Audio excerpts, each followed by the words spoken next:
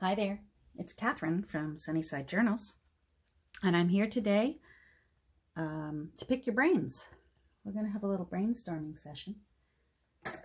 I was cleaning up my studio last week, and I wanted to move my desk back in front of, there's a window across the front here, and for a while I had my desk facing the wall that's over there. And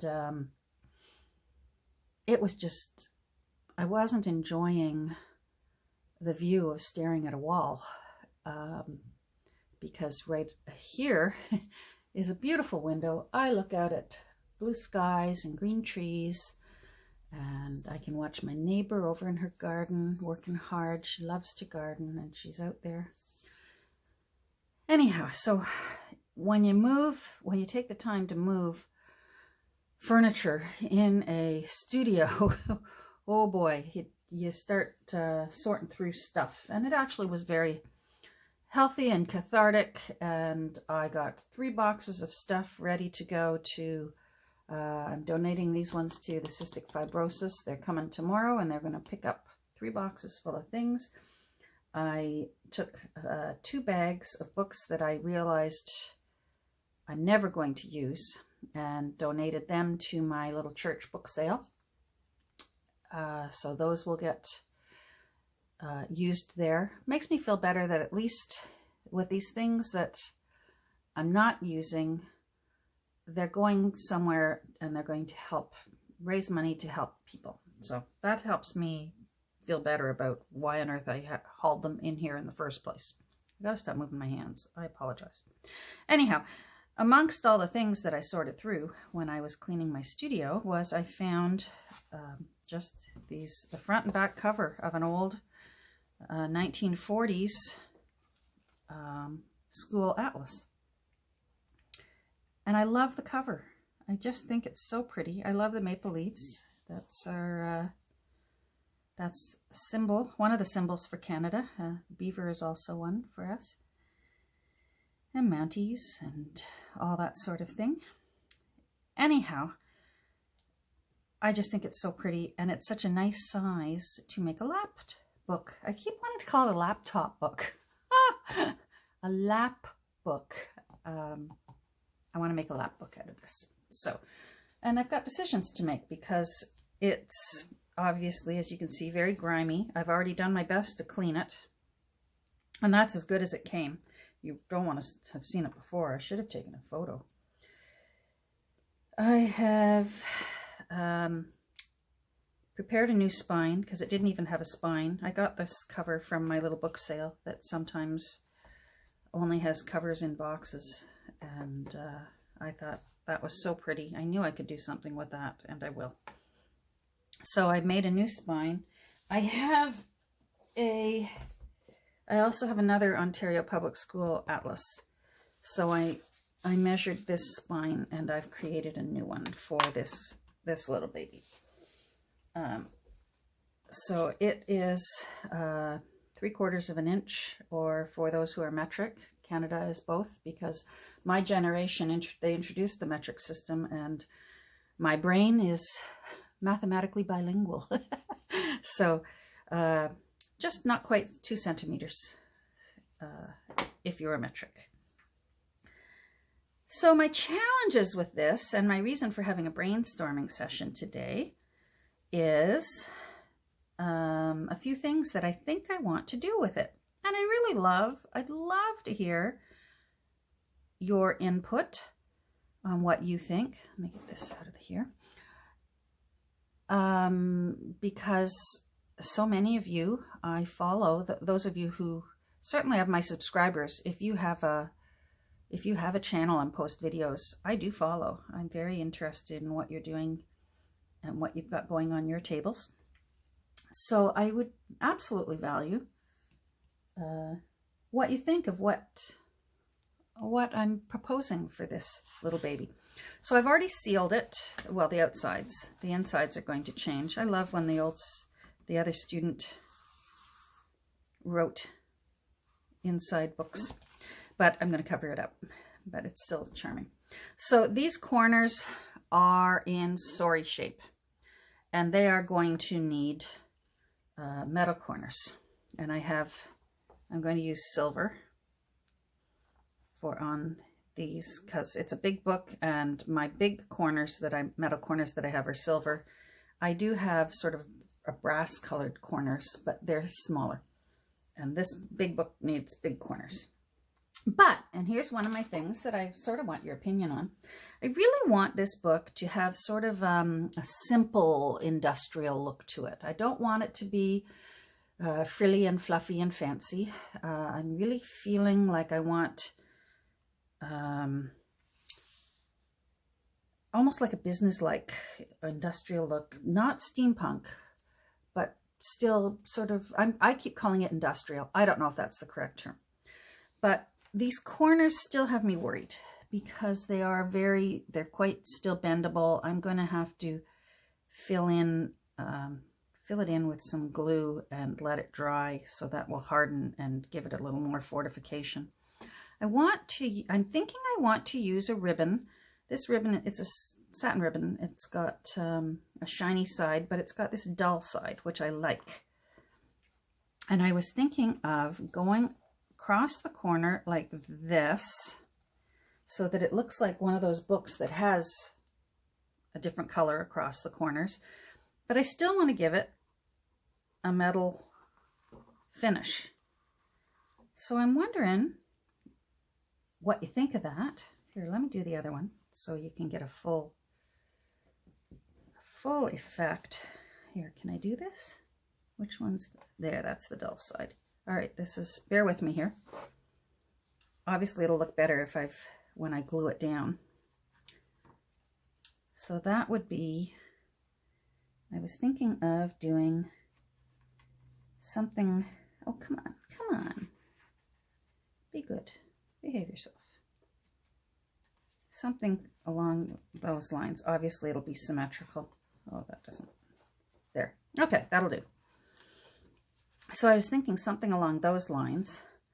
And then I was thinking to balance off this bold black here, which I believe goes nicely with the black inking and the title work. Here, let me put the spine out of the way. So I was thinking of also doing, when there's obviously going to be a raw edge of the fabric, and then running a black ribbon along to cover up the raw edge. So, and that's where I want people's opinions. And I will hold off working on this until I've seen what people say. So I really, really, really hope you'll take a moment and just let me know what you think. At first I thought, well, maybe black, since this is black. I've got some black fabric here. But I'm hesitating on this because I know when you're using Fabri-Tac to glue your spines and you have a solid color, it really is a recipe for a mucky mess if the Fabri-Tac bleeds through. So I'm hesitating. I've heard that there's a way to do it by first putting your glue down, putting an old piece of fabric, peeling it off, and then putting the good fabric on top so that the other fabric has sort of blotted away the blotchy blobs of, there's a lot of bees there, of the Fabri-Tac. But I've never done it. But so for that reason, I'm hesitating with this. Then I was thinking maybe, because I have to go through my fabric that I've got. I only use my fabric that I have in stash from Thrifted Sources. I have this fabric here that I'm actually going to be using on another book as well, which I rather like. I'm hesitating because I think this ivory, I hope it's showing up as ivory, I think it's too light. This is so dark with the dark gray and the black. So I'm hesitating, but I'm wondering maybe if I stain it or dye it, like use some tea or some coffee or like an alcohol ink dye and darken up that ivory part, that might look nice. So that's an option. And then here's my third option that I must confess I'm sort of leaning towards, but I'm nothing's cast in stone. I'm leaning towards this. Obviously I'll get it even. I like this fabric because there's a little bit of orange in it, and there's a little bit of orange here. Now this part is navy blue, but there is some black. There's black around all this detail work, so that would be tied in. That would tie in the black here and the black on the cover. And it would certainly, by putting the black ribbon, would sort of tie it all together. So I'm really leaning towards this one. And this, again, looks very business-like to me, at least, I think. So that's my first, I guess my second question, because I'm wondering if you think this looks nice. And then my second question is black fabric, ivory and black fabric, or burgundy patterned fabric for the spine. Let me know what you think. Now, I have another challenge for the interior. Here, let's take all this off. For the end papers. And it's a challenge that I bring on myself. But I must confess, I really do enjoy it. As most of you who follow me now know, I don't purchase booklets of scrapbook paper from craft stores. I also don't print off digitals. Not that there's anything wrong with it. There's some amazing artists out there creating beautiful, beautiful books using just those things, those very things, pardon me. And their work is incredible. But for me, I love the challenge that my books, as much as possible, are from repurposed sources. Now, obviously in this book, the only thing that won't be is these corners. I've yet to find corners at thrift stores. Nobody gets rid of their metal corners. But eyelets, all that, I get that all thrifted. My books, my papers, everything is all thrifted. So that, unfortunately for me, my challenge is, that means the scrapbook paper that I do have is thrifted, and I rarely get 2 sheets of the same paper. And these are so big that I need 2 sheets if they're going to match.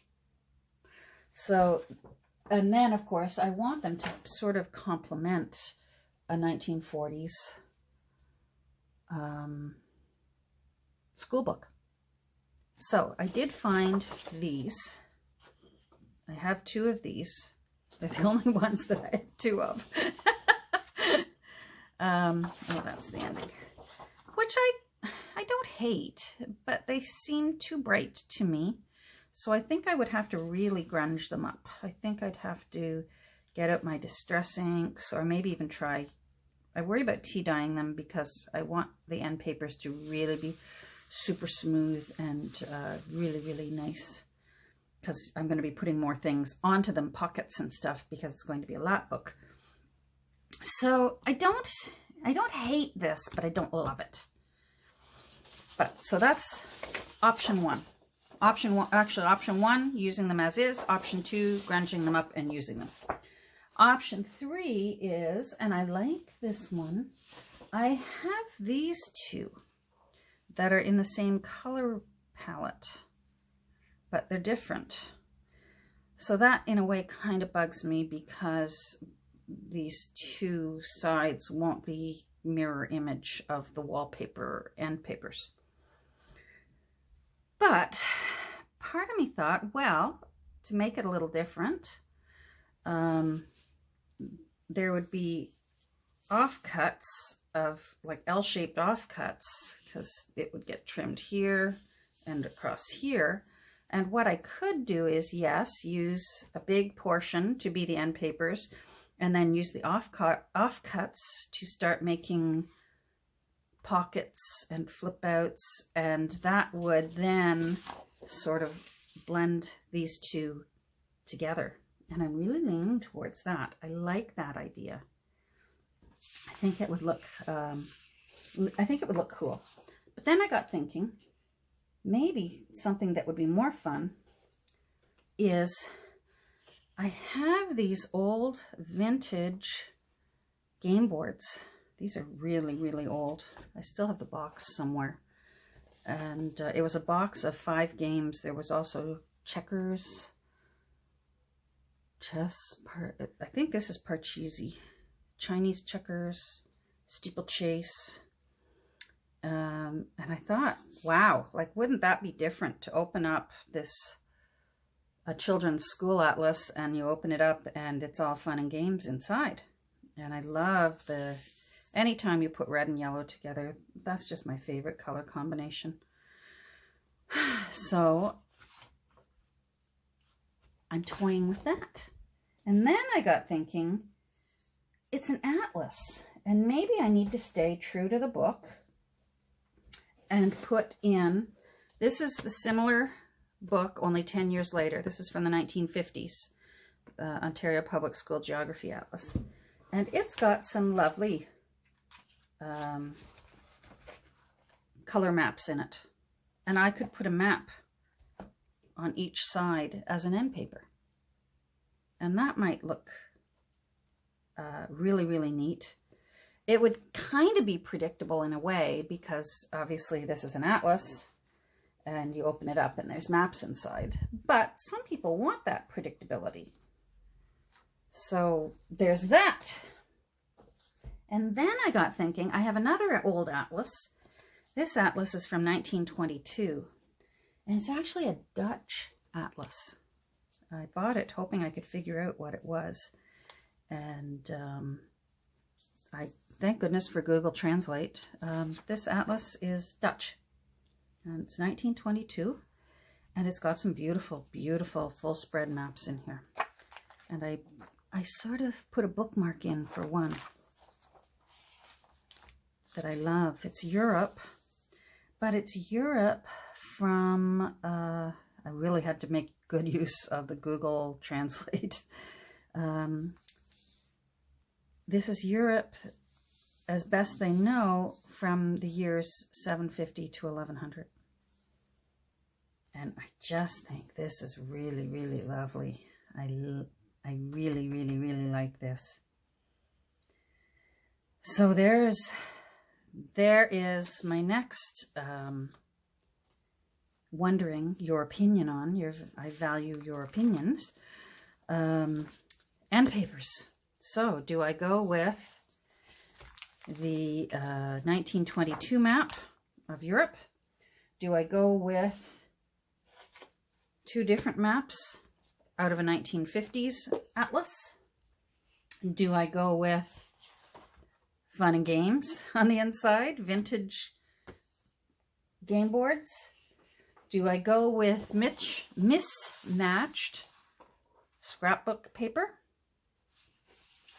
Or do I go with matched scrapbook paper and then either leave it as is or grunge it up? So there's my dilemma today. And I really am, I'm going to post this, and then I'm going to hold off and see what everyone thinks. Or if you've got other ideas, please post them. I really, really, really would love to know your ideas on what you think I should do with my very first lap book that I've ever made. And so it's going to take all the strength I've got not to dive into this. And so in the meantime, I will pull out my Guide to London again and get back to work on this. The Guide to London, I actually am going to, I've already earmarked, oh, come on, this fabric to go on the inside, because I'll be doing a hidden spine, hidden hollowback spine. So that's already going to go inside. So that's what I'm doing there. Thanks for stopping by and listening to me ramble on. I appreciate it. If you get a chance, please let me know what you think about what on earth I should do with my Ontario Public School Geography. And I'll let you know what eventually evolves. Talk to you soon, everyone. Bye.